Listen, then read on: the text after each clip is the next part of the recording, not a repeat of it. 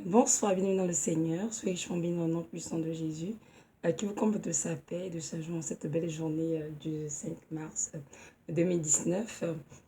C'est toujours un plaisir pour moi de venir partager avec vous tout ce que le Seigneur m'a enseigné. Et aujourd'hui, nous allons parler de la guerre entre la lumière et les ténèbres. Donc, mon titre est intitulé Il ne peut pas y avoir de victoire si on n'a pas combattu. Donc, voilà. J'ai reçu ce message du Seigneur il y a quelques jours et ce matin, il s'est encore précisé. En fait, ce qui se passe dans ma propre vie, c'était que je me sentais très très fatiguée et très épuisée physiquement, moralement, spirituellement parlant, du fait que il faut constamment être en train de prendre autorité contre les forces du mal.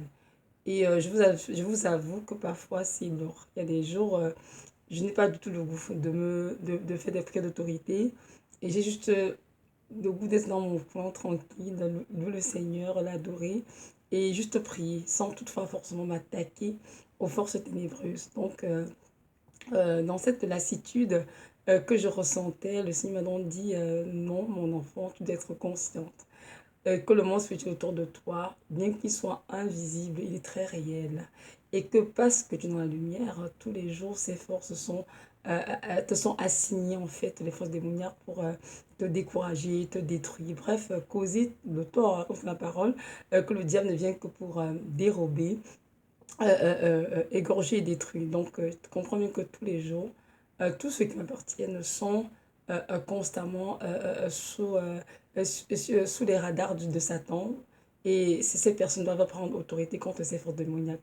De vous comprendre en fait que non, tu ne peux pas te dire que tu es fatigué, tu n'as pas le goût, tu n'as pas envie de prendre autorité contre ces forces parce que si tu ne fais pas cela, ben, ces forces vont envahir ta vie et évidemment chercher à te détruire. Donc c'est à toi de te lever tous les jours contre ces forces ténébreuses et on doit encourager. Je suis avec toi, ne t'inquiète de rien, mais viens, ouvre ta bouche, prends autorité dans la prière contre les démons, Satan, etc. Donc c'est ça. Et donc c'est dans cette, comment dirais dans ce contexte en fait que le message m'a été donné en fait pour moi et je me suis donné pour vous parce que j'imagine que je ne suis pas l'unique enfant de Dieu qui parfois se sent dans cette, qui parfois se sent, comment dirais-je, épuisé, fatigué en fait, par le combat spirituel tout simplement quoi. Mais c'est important de comprendre que le combat spirituel, il sera là tous les jours de nos vies jusqu'au jour où on va revenir du Seigneur au ciel. Mais avant ce jour-là, nous devons être conscients que oui, ce combat est bel et bien là et que nous devons être impliqués et y prendre part activement dans le but justement de garder notre foi en Jésus-Christ et de sauver nos âmes. Donc c'est ça. Je vais lire un texte dans Éphésiens 6, des versets 10 à 12 pour nous mettre dans le contexte. Donc c'est écrit ceci. Au reste, fortifiez-vous dans le Seigneur et par sa force toute puissante, revêtez-vous de toutes les armes de Dieu afin de pouvoir tenir ferme contre les ruses du diable. Car nous n'avons pas à lutter contre la chair et le sang, mais contre les dominations, contre les autorités, contre les princes de ce monde de ténèbres, contre les esprits méchants dans les lieux célestes. Je vais regarder verset 12, parole du Seigneur. Donc voilà, et c'est ce contexte, hein, tout simplement, que nous devons nous revêtir de toutes les armes de Dieu afin de pouvoir tenir ferme contre les ruses du diable, parce que le Satan est rusé et son but, c'est de nous attaquer, de nous anéantir, de nous conduire en enfer. Mais en tant qu'enfant de Dieu, Dieu nous a donné des armes hein, dont nous pouvons nous revêtir afin de résister contre le virus de Satan et de tenir ferme après avoir tout surmonté. Donc c'est à nous de nous lever contre ces esprits méchants et de comprendre que nous ne luttons pas contre un être humain. Notre combat n'est pas contre la chair et le sang, mais notre combat est bel et bien contre les forces dans le monde des ténèbres. Donc, et c'est important de réaliser cela.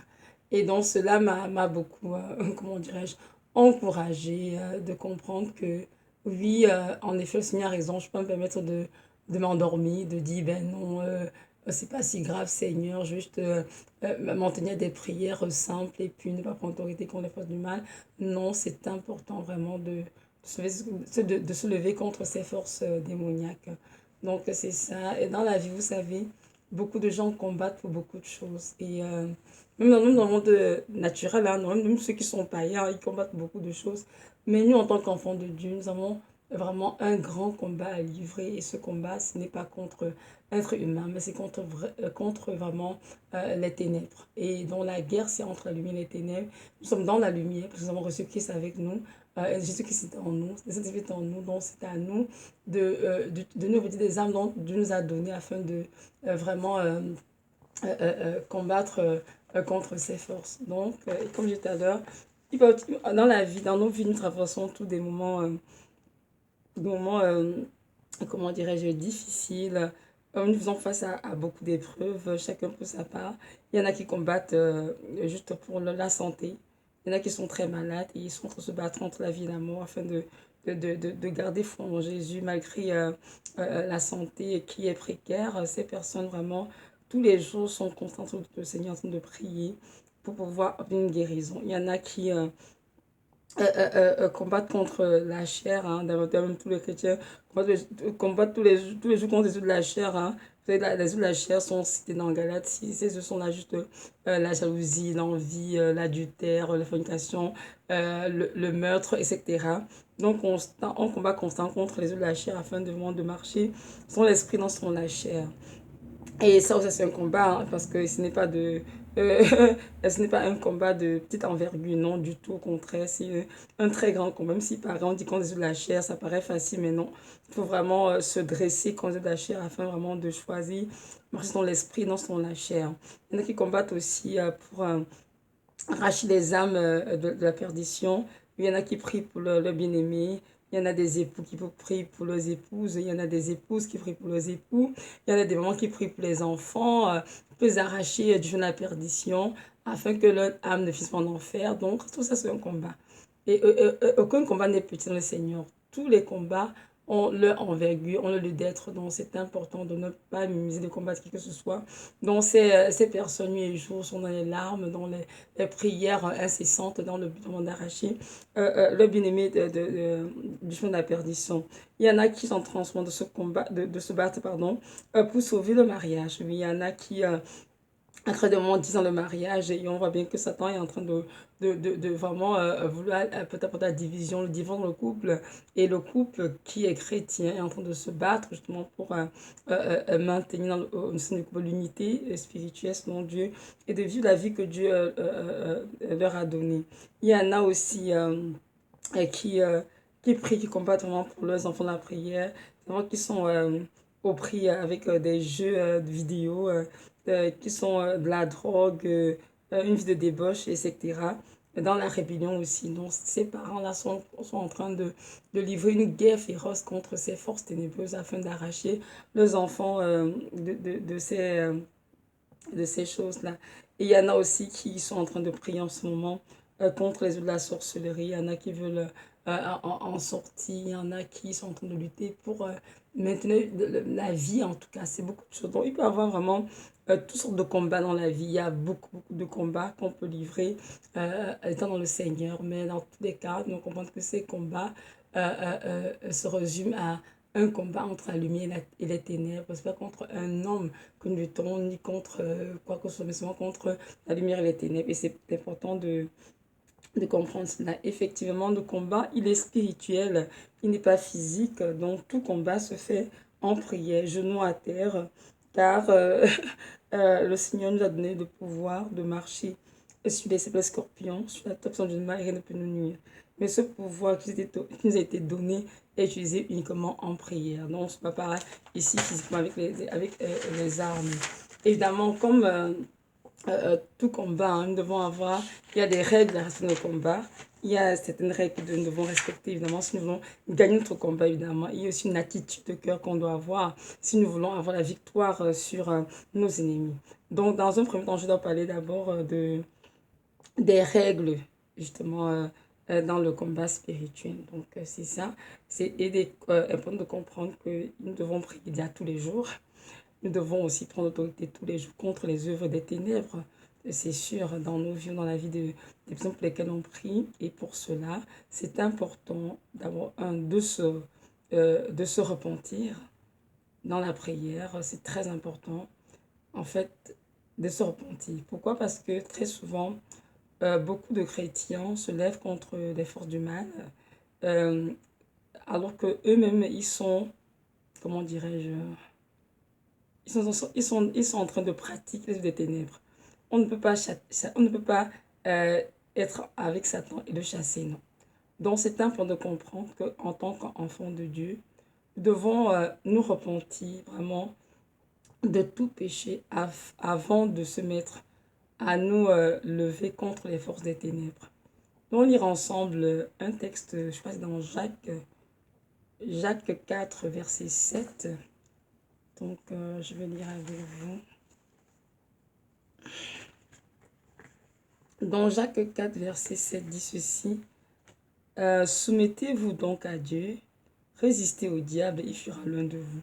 Donc nous comprenons bien ici que tout enfant de Dieu qui veut prendre autorité contre les forces du mal doit d'abord être au préalable soumis à Dieu.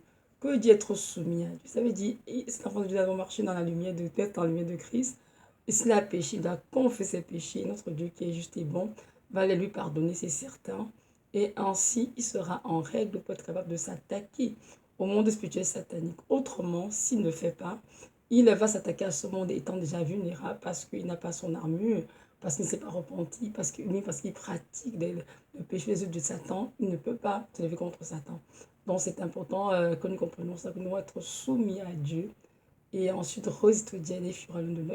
Et pour être soumis à Dieu ici, sinon d'avoir une vie de repentance, d'avoir une vie qui est conforme à la parole de Dieu, de faire des efforts de marcher selon ce que Dieu attend de nous et d'obéir à la parole de Dieu, à tous ses commandements. Si jamais on tombe, ce n'est pas grave, écrit bien dans 1 Jean 1, verset 9, que et si nous confessons nos péchés, il est juste et bon pour nous les pardonner et pour nous purifier de toute iniquité.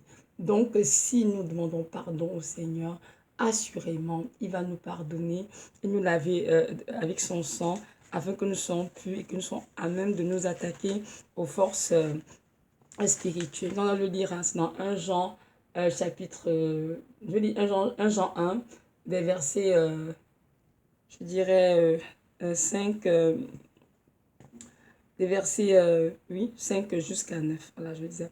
Donc, ça dit ceci. La nouvelle que nous avons apprise de lui et que nous vous annonçons, c'est que Dieu est lumière et qu'il n'y a point de ténèbres en lui. Si nous disons que nous sommes en communion avec lui et que nous marchions dans les ténèbres, nous mentons et nous ne pratiquons pas la vérité. Mais si nous marchons dans la lumière, comme il est lui-même dans la lumière, nous sommes mutuellement en communion. Et le sang de Jésus, son Fils, nous purifie de tout péché. Donc je m'arrête d'abord là, c'est de versets 5 à 8. Non, à 7, pardon. Il est écrit ici que si nous marchons en lumière, comme il est lui-même dans la lumière, nous sommes mutuellement en communion avec lui. Donc comprenons bien qu'un enfant de Dieu qui est soumis à Dieu marche dans la lumière de Christ et il est en communion avec le Seigneur. Et évidemment, cet enfant de Dieu n'est plus dans les ténèbres parce qu'il est en communion du Père, il est dans la lumière du Père. Donc tout enfant de Dieu, tout chrétien, véritable chrétien en tout cas, est dans la lumière de Christ parce qu'il a connu le Seigneur. On dit dans verset 8, si nous disons que nous n'avons pas péché, nous nous séduisons nous-mêmes. La vérité n'est pas en nous. Mais si nous confessons nos péchés, il est fidèle et juste pour nous les pardonner et pour nous purifier de toute iniquité. Et si Dieu nous fait bien comprendre que malgré que nous sommes communion avec lui, malgré que nous sommes dans sa lumière, il peut arriver que nous commettons des péchés de manière par inadvertance en fait. Donc sans vraiment faire exprès. Et ces péchés qui sont commis, nous avons toujours cette grâce de venir devant son trône, les confesser. Et notre Dieu qui est fidèle et juste nous pardonnera et nous purifiera de toute iniquité. Donc, et si nous avons péché, nous faisons menteur et la vérité n'est pas en nous. Donc, ici-bas, tout le monde pêche de manière d'une autre. Nous faisons des efforts de se mettre dans la sainteté, dans la pureté. On peut regarder une image impure, on peut dire une mauvaise parole. Bref, on peut de manière d'une autre. Et c'est important de voir la repentance. On dit, Seigneur, je n'ai pas péché contre toi, mais contre de s'humilier, de dire, Seigneur, pardon pour tous mes péchés. Moi, dans ton sang, purifie-moi, le Seigneur est juste pour le faire. Donc, si on revient aux règles, donc une des règles, justement, c'est vraiment avec la discipline. C'est-à-dire que tu as prié tous les jours. De deux, apprendre à te repentir durant le temps de prière. C'est très important. Parce que vous êtes soumis à Dieu. Il faut que tu sois dans la lumière de Christ, que tu marches sur la parole de Dieu. Et troisièmement, évidemment, tu dois apprendre à te revêtir des armes de Dieu. Donc là, on va retourner à Éphésiens 6, hein. Donc c'est ça.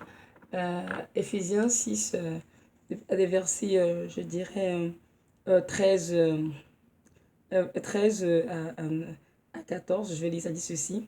C'est pourquoi prenez toutes les armes de Dieu afin de pouvoir résister dans le mauvais jour et tenir ferme après avoir tout surmonté.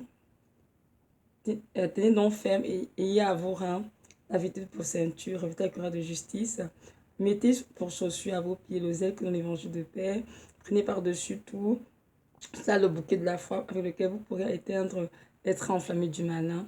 Prenez ce casque du salut et l'épée d'esprit qui est la parole de Dieu. Faites en tout temps par l'esprit toutes sortes de prières et de supplications. Veillez à cela avec une entière persévérance et priez pour tous les saints. Je m'arrête là. Donc, j'ai lu de 13 à 18 en fin de compte. Donc, nous voyons bien qu'ici, Dieu nous demande donc de revêtir toutes les armes, même toutes, hein. On ne met pas deux armes, on laisse trois, toutes les armes de Dieu, afin de pouvoir vraiment résister dans le mauvais jour et tenir ferme après avoir tout surmonté. Car notre adversaire, le diable, est construit, il rôde en fait comme un lion rugissant. Donc c'est à nous, en tant qu'enfants de Dieu, de nous revêtir de nos armes tous les jours afin de résister aux ruses de Satan. C'est très important de mentionner cela. Pendant plusieurs années, j'étais chrétienne. J'ai tout lu ce texte, mais je vous assure, en prière, jamais je m'étais revêtue des armes de Dieu. Je priais comme ça, tout simplement. Moi, je vois que le texte est juste comme pour nous informer, mais en fait, Dieu veut que ses enfants revêtent des armes chaque fois qu'ils sont en prière. Et ça, c'est très important. Et avant de revêtir les armes, évidemment, c'est comme j'ai dit tout à l'heure, il faut d'abord se repentir, c'est très important. Donc voilà, donc ça sont des règles et tout. Donc être discipliné vraiment dans la prière, prier tous les jours, matin, midi, soir, comme Dieu nous le donne. On peut prendre toutes les plusieurs fois dans la journée. On doit apprendre à avoir une vie soumise à Dieu, évidemment, marcher dans la lumière de Dieu, être en communion avec le Seigneur, c'est très important, évidemment. Avoir aussi une vie de repentance, parce qu'on pêche loin du mot, bon, si on tombe, il faut pardon au Seigneur. Et troisièmement, évidemment, nous devons comment dirais-je, le revêtement des armes de Dieu afin de rester contre les de Satan et non pour revêtir toutes les armes de Dieu de prier. Donc, voilà, en ce qui concerne la partie des règles. Maintenant, je vais parler de la deuxième partie qui parle de l'attitude de que nous devons avoir dans le combat. Vous savez, notre attitude dans le combat est euh, très très importante et parfois on a tendance à négliger cela. Lorsqu'on est abattu, découragé, on fait le goût, on se rend bien compte que on va en guerre étant déjà vaincu. Et je sais que très souvent c'est arrivé que je prends l'autorité. Oh mon Dieu, c'était terrible. Étant vraiment découragé, fatigué, en tout cas Seigneur, sans confiance, juste je le fais pour le faire. Et il m'a dit, mais non, Evelyne, ça peut marcher ton affaire. Il faut vraiment, ma chère, que tu te ressaisisses, que tu reprennes confiance en tout ce que j'ai toi et que tu vas en guerre en tant que vainqueur et non vaincu. Ça, c'est très important parce que tu vas combattre Satan et bien ses démons, mais tu as la victoire parce que j'ai tout accompli le Golgotha pour toi. Donc, je ne veux pas aller en guerre étant déjà abattu, triste, découragé. Non, il faut aller en guerre avec une attitude vraiment positive, une attitude de foi, de courage, de force, car tu y vas pas parce que tu comptes sur toi, évidemment, non. Parce que tu sais que moi, le Seigneur Tout-Puissant, j'ai tout accompli pour toi, Golgotha, et tu es plus que vainqueur par moi qui t'ai aimé. Donc, c'est ça, c'est vraiment très important.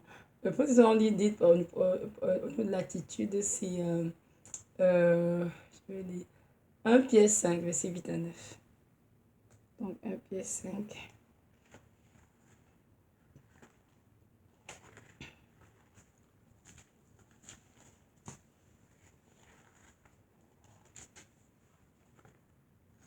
Donc, voilà, je vais lire. Dans 1 Pierre 5, verset 8 à 9, dit ceci. Euh, Soyez sobres, veillez. Vous savez, le diable rôde comme un lion rugissant, cherchant qui y dévorera. Résistez-lui avec une foi ferme, sachant que les mêmes souffrances se sont imposées à vos frères dans le monde. Amen. Donc, 1 Pierre 5, pardon, 8 à 9, montre bien que nous devons avoir une attitude de confiance totale en Dieu. Nous devons avoir une foi ferme pouvoir résister aux œuvres de Satan, sachant que les mêmes souffrances se sont imposées à nos frères dans le monde. Donc, façon de dire que tous les enfants de Dieu, en tout cas tous les véritables enfants de Dieu, tous les véritables chrétiens, sont très attaqués dans le monde spirituel. Mais Dieu nous exhorte tous à avoir une foi ferme afin de résister contre le diable qui rôde comme un lion rugissant, cherchant qui il va dévorer. Donc, c'est à nous d'être sobres et de veiller dans la prière une fois de plus, avec une foi ferme lorsque nous sommes en train de prier. Donc ça, c'est une attitude que nous devons avoir. Parce que parfois on prie contre les forces du mal, sans foi, sans confiance à Dieu. On a peur, on a la crainte, on est découragé, frustré, etc. Non, ça, c'est une attitude d'échec, en fait. Ça peut pas marcher comme ça. C'est important vraiment de comprendre que notre Dieu veut que nous ayons une attitude positive, une attitude de foi, une attitude de confiance totale en disant que notre Dieu est avec nous. Satan ne peut rien nous faire parce que Dieu est avec nous. Il faut que nous, lorsque nous sommes de prier, de combat, qu'est-ce qu'on fait? On doit prier dans notre maison, notre chambre, non, on est en train de prier. Mais non, le monde spirituel, c'est le Seigneur, ces anges qui sont en train de lier ces forces de manière pour nous, pour les renvoyer des ténèbres. C'est lui qui sont ceux qui sont fait tout ce qu'il y a à faire. Mais nous aussi, en tant que enfants de Dieu, en tant que, comment dirais-je, soldats de l'armée céleste, nous devons avoir vraiment cette attitude de foi, de confiance inébranlable en Dieu, sachant que non, le Seigneur est avec moi, c'est avec moi qui combat. Hein. Comme il y a un somme qui dit, avec Dieu je ferai des exploits, car c'est lui qui écrase mes ennemis, en effet. Donc vraiment une attitude vraiment de foi, de confiance en Dieu, du Seigneur, je sais que tu es avec moi dans ce combat et que c'est toi qui me conduis et qui me donnera la victoire sur tous mes ennemis. Et c'est vraiment important d'avoir foi en Dieu, c'est très important. Donc, le deuxième texte que je vais lire se trouve dans Romains 8, des versets 33 à,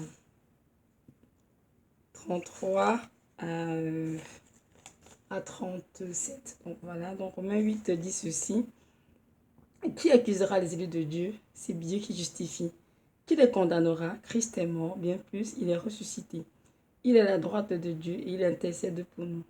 Qui nous séparera de l'amour de Christ? Sera-ce la tribulation ou l'angoisse, ou la persécution, ou la faim, ou la nudité, ou le péril, ou l'épée? Sinon qu'il est écrit, c'est à cause de toi qu'on nous met à mort tous les jours, qu'on nous regarde comme des brebis destinées à la boucherie. Mais dans toutes ces choses, nous sommes plus que vainqueurs par celui qui nous a aimés. Amen. Mais ici, dans le verset 33 à 36, on nous décrit que qui peut condamner les élus de Dieu? Qui peut les accuser? Et on dit ici, verset 35, qui peut nous faire de l'amour de Christ? Est-ce que c'est la tribulation, l'angoisse, la persécution, la faim, la nudité, le péril, l'épée, je pourrais me dire aussi même la maladie, ou bien tout ce qu'on peut vivre sur cette terre? Est-ce que ces choses peuvent nous faire l'amour de Dieu? Non. Mais dans toutes ces tribulations, peu importe le nom, que ce soit au niveau de la santé, des finances, au niveau de la famille, au niveau du travail, au niveau du ministère, peu importe les tribulations auxquelles nous devons faire face, nous devons avoir cette attitude de cœur que nous ne sommes plus que vainqueurs par ceux qui nous aiment. Donc lorsque nous partons en combat, nous allons en vainqueur et non en vaincu. Pourquoi? Parce que Christ a tout à Golgotha pour nous. Et c'est la façon qu'on dit ici dans ce texte qu'il n'y a rien qui nous soit de l'amour de Christ. Tant que nous restons soumis à Dieu, étant en communion avec lui, nous avons la victoire totale sur ceux des ténèbres. C'est vrai que Satan veut nous faire la guerre, parce que la parole là, il nous fera la guerre, mais ne nous vaincra pas. Donc, nous, en tant qu'enfants de Dieu, avoir cette attitude de cœur, savoir que notre Dieu a vaincu tous ces démons à cause de son sang qui est versé pour nous et à cause de la parole de notre témoignage. Donc, lorsqu'on va en guerre, on va en vainqueur, dans la victoire déjà sur nos ennemis. Donc, voilà. Donc, je vais m'arrêter là aujourd'hui. Donc, c'est pour ça que je vais m'en communiquer au peuple de Dieu. Parce que ce sont des choses que Dieu m'a enseignées moi-même durant ma vie chrétienne, on va dire. Au début de ma vie chrétienne, j'étais une jeune fille qui avait vraiment beaucoup de mal à prendre contre les forces des ténèbres parce que j'avais plutôt la peur, la crainte, toutes de choses. Mais avec du temps, le Seigneur m'a dit, tu dois avoir l'assurance que je suis avec toi et que tu as le droit en tant qu'enfant de Dieu de prendre autorité contre les forces du mal et elles ne peuvent rien te faire. Il est écrit dans Luc 10, verset 19, je donne le pouvoir de marcher sur les serpents et les scorpions, sur la puissance du mal et rien ne peut vous nuire. Donc, pendant longtemps, j'ai confié ce verset à haute voix tout le temps de prier pour me donner vraiment comme booster, me donner vraiment cette assurance que Dieu est avec moi et que j'ai le droit de me contre des forces des ténèbres. Parce que si on ne le fait pas, mon frère, ma soeur, ces forces vont nous engloutir. On a lu dans 1 Pierre 5, verset 8, que Satan rôde comme un lion rugissant chien qui va dévorer. Donc, comprenons bien qu'il rôde tous les jours, à toutes les heures, pour qui il va dévorer. Alors, si tu te trouvais en position endormie, tu es en train de veiller, tu es en train de prier, tu es conscient de ce monde autour de toi, ben, il va vraiment, comment dirais te dévorer alors. Donc, c'est important de prendre conscience que en tant qu'enfants de Dieu, nous sommes impliqués dans un combat spirituel et ce tous les jours et que c'est important de prendre autorité contre les forces du mal afin de demeurer dans le milieu de Christ et être en communion avec lui. Donc c'est ça, j'aimerais nous rappeler que notre Dieu revient bientôt et que c'est important justement de vraiment réviser tous les jours pour combattre spirituellement parce que de plus en plus les forces des buts sont relâchées sur terre et toutes ces forces sont là pour empêcher le grand nombre d'enfants de d'entrer au ciel. Comprenons bien que oui, il est vrai que Satan s'attaque à tous les êtres humains, que tu sois un païen ou sauvé, lui il s'en fout, il veut juste détruire. Mais comprenons bien que contre les enfants de Dieu, de manière principalement, il livre vraiment un combat féroce parce que son but c'est d'empêcher beaucoup d'entrer au ciel et de les conduire en enfer. Donc si tu es un enfant de Dieu, tu n'es pas réveillé, je parle de spirituellement parlant, tu n'es pas en train de veille spirituel, tu n'es pas sobre en train de veiller comme ta parole, Satan peut t'avoir facilement. Donc c'est à toi vraiment de veiller tous les jours à le repousser, à le lire, leur même des ténèbres et de vraiment rester dans l'unité de Jésus-Christ et de vivre la vie que Jésus a pour toi. Donc, notre Dieu revient bientôt et c'est important justement que nous puissions combattre le bon combat qui est tout simplement de la foi parce que c'est vrai que j'ai cité au début plusieurs études de comment dans lesquels on peut se retrouver, mais en général, tout se résume à quoi? Au combat de la foi. Et c'est simple pour comprendre que nous devons combattre le bon combat de la foi comme Paul afin de gagner notre course, d'être sûr, d'être accueilli par le Seigneur au paradis. Donc c'est ça. Mieux je dirais d'être prêt lorsqu'il reviendra chercher son Église. Et nous savons tous que c'est ceux qui auront persévéré qui seront sauvés. Et lorsqu'on parle de persévérance, c'est parce qu'il y a justement un combat qui se livre, il y a une victoire qu'il faut obtenir. Et pour cela, ça prend beaucoup de persévérance, d'endurance et de force pour y arriver. C'est vrai que tous les jours, nous on prie, Seigneur, je t'en prie, accorde-moi la force, l'endurance et le courage nécessaire pour résister contre ces forces et vraiment vivre la vie pour moi. Fais ta volonté jusqu'à ce que je me cherche dans ta gloire. C'est un cette grâce au Seigneur parce que ce n'est pas évident. Des jours, c'est très difficile. On s'en manque beaucoup de lourdeur dans l'homme spirituel et parfois on est découragé, on est juste à bout, on n'en peut plus. Mais notre Dieu est là, comme il nous a promis, pour nous soutenir et pour nous aider à continuer, à persévérer, peu importe les attaques, sachant qu'à la fin, nous aurons déjà nous aurons la victoire. Pourquoi? Parce qu'il a tout accompli à la croix de Golgotha. Donc c'est ça. Maintenant, si tu m'as écouté et que tu ne connais pas encore le Seigneur de Nazareth, je vais te dire que ce Dieu qui t'a créé, c'est sûr, il est le créateur de tous les êtres humains, mais aujourd'hui, il désire être en relation avec toi.